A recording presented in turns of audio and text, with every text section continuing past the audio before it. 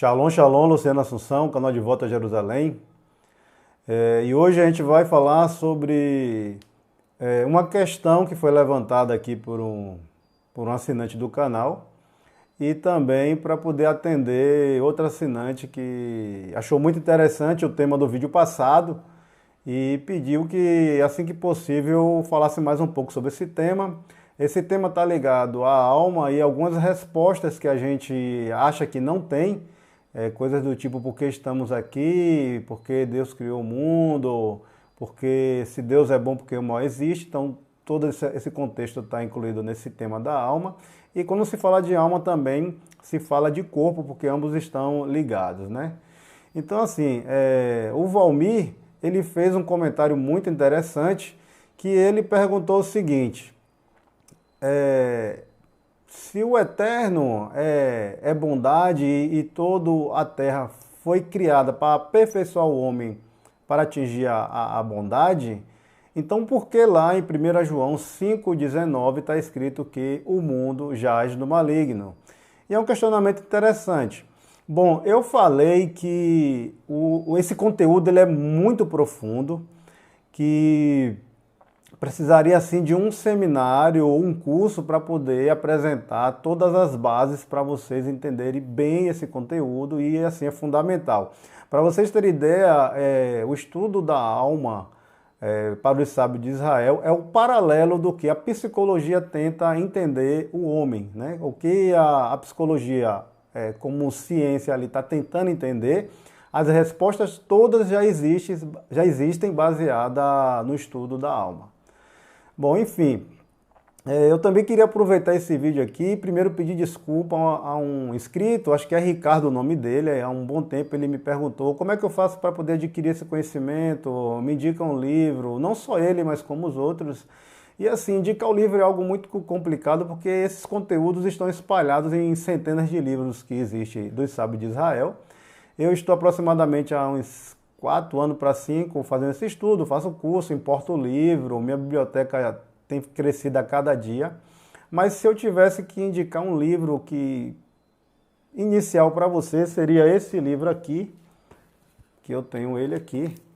É a História dos Hebreus, é um livro bem denso, tá? É um livro denso, relativamente caro, mas é um livro escrito por um sacerdote da época do templo, do mesmo templo em que Jesus, Yeshua, vivia.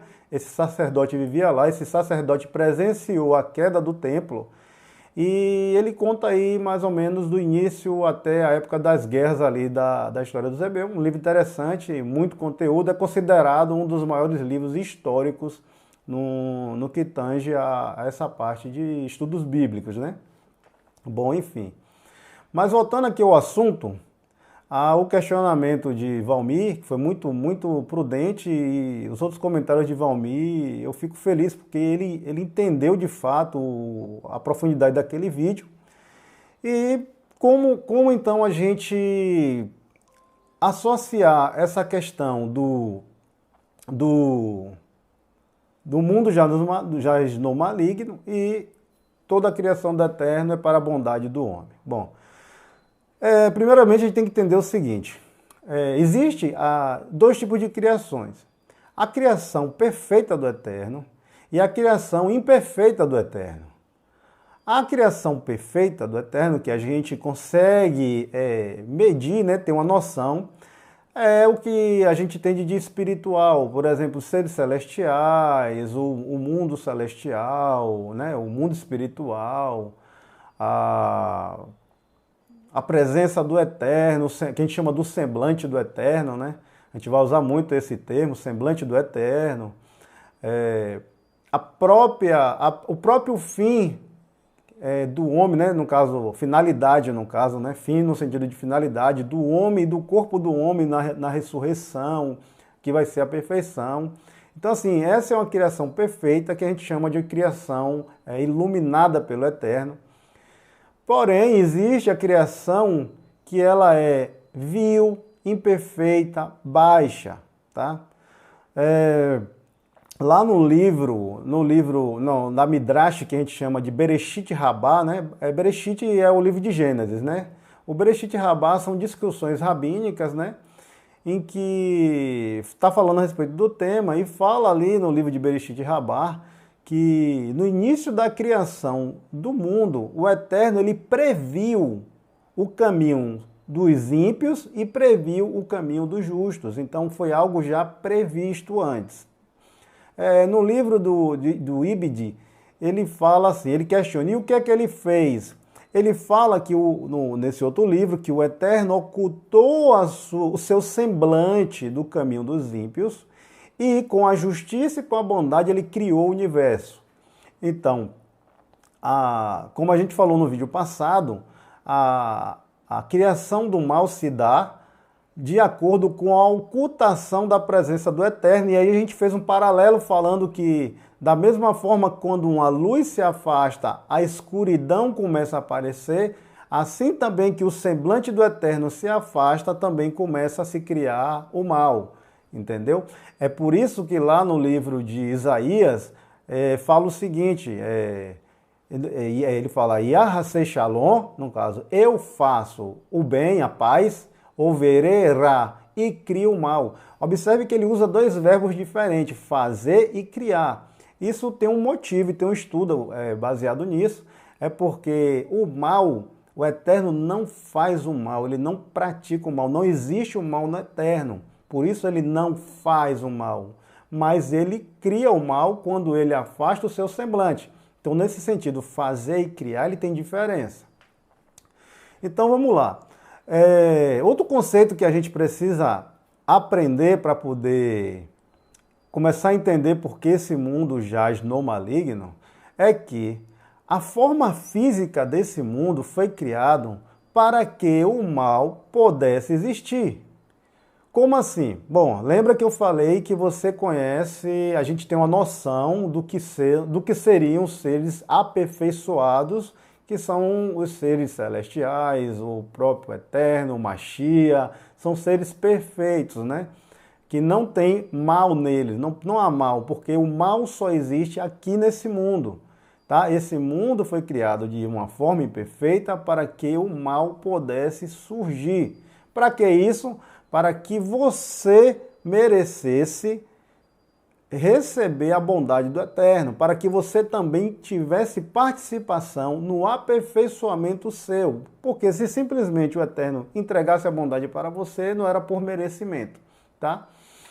Então, você tem que entender que existe na criação do Eterno, que a gente chama de provisão, depois a gente pode falar um pouco mais sobre o que é provisão. Quando o Eterno, ele idealizou o homem, aquele homem perfeito que vai ser lá na ressurreição, nesse homem aí não há, na verdade, a presença do mal, ou seja, a iluminação desse homem que a gente irá atingir, os que merecerem vão atingir, não há presença do mal, porque serão seres perfeitos. Então, precisou reduzir a energia, a iluminação, ou seja, esse ser diminuiu de iluminação, assim, vamos assim dizer, ou seja, ele acabou se sendo tornado imperfeito, como se tirasse luz dele, né, perfeição dele, como se saísse perfeição dele, para que você, ser humano, pudesse também participar no objetivo de atingir a bondade do Eterno, como? Buscando a sua perfeição. Então esse é outro conceito. Então assim, você tem que entender que você está numa forma imperfeita e por isso o mal tem a capacidade de surgir. Logo, esse mundo aqui jaz no maligno porque a única forma e o único lugar onde o maligno pode existir é no mundo físico rebaixado. O que seria um mundo físico rebaixado? É um mundo onde a imperfeição pode existir, ok? E a finalidade, né? Fim, né? No caso, qual é a finalidade? O fim disso tudo é que nós possamos atingir a extirpação desse mal. Lógico, isso só pode ser finalizado com a morte, mas a questão de ocultação do semblante do Eterno e de revelação do semblante do Eterno é outro conceito que você precisa entender, porque, como eu falo, assim como a luz se afasta e a escuridão aparece, quando o Eterno ele oculta o seu semblante, o mal também aparece. Então existe uma relação de bem e de mal aqui, por isso nós somos seres dualistas. Mas observem que os sábios falam que nas épocas anteriores os homens eram mais dedicados ao estudo do Eterno, à presença do Eterno, onde a sua alma visava servir ao seu Criador. A partir do momento em que você visa servir ao mundo material, automaticamente o semblante do Eterno ele passa a se afastar. E aí é uma coisa que a gente chama receber medida por medida. Quando o Eterno se afasta, as coisas más passam a acontecer. Porque cabe a você fazer com que a perfeição do homem chegue cada vez mais e mais. Então, à medida que você cumpre mitzvot, estuda a Torá, estuda toda a palavra do Eterno, em que você se dedica ao estudo do Mashiach, tudo isso traz o que? A revelação do semblante do Eterno, logo a diminuição do mal. Então, diferente do que muitas pessoas pensam, a nossa função ela é muito grande aqui. E não jogar tudo na responsabilidade do Eterno ou jogar tudo nas costas de Ra-Satã como culpado. Tá? Então, resumindo aqui, é que por que esse mundo jaz no maligno? Porque ele é o único lugar onde o maligno pode existir. O mundo físico, limitado, vil, imperfeito, era o único lugar onde o Eterno poderia deixar que o mal fosse criado. Não existe mal no mundo, no Olam Rabá. Não existe mal, não existe presença de mal em nenhum ser divino, tá ok?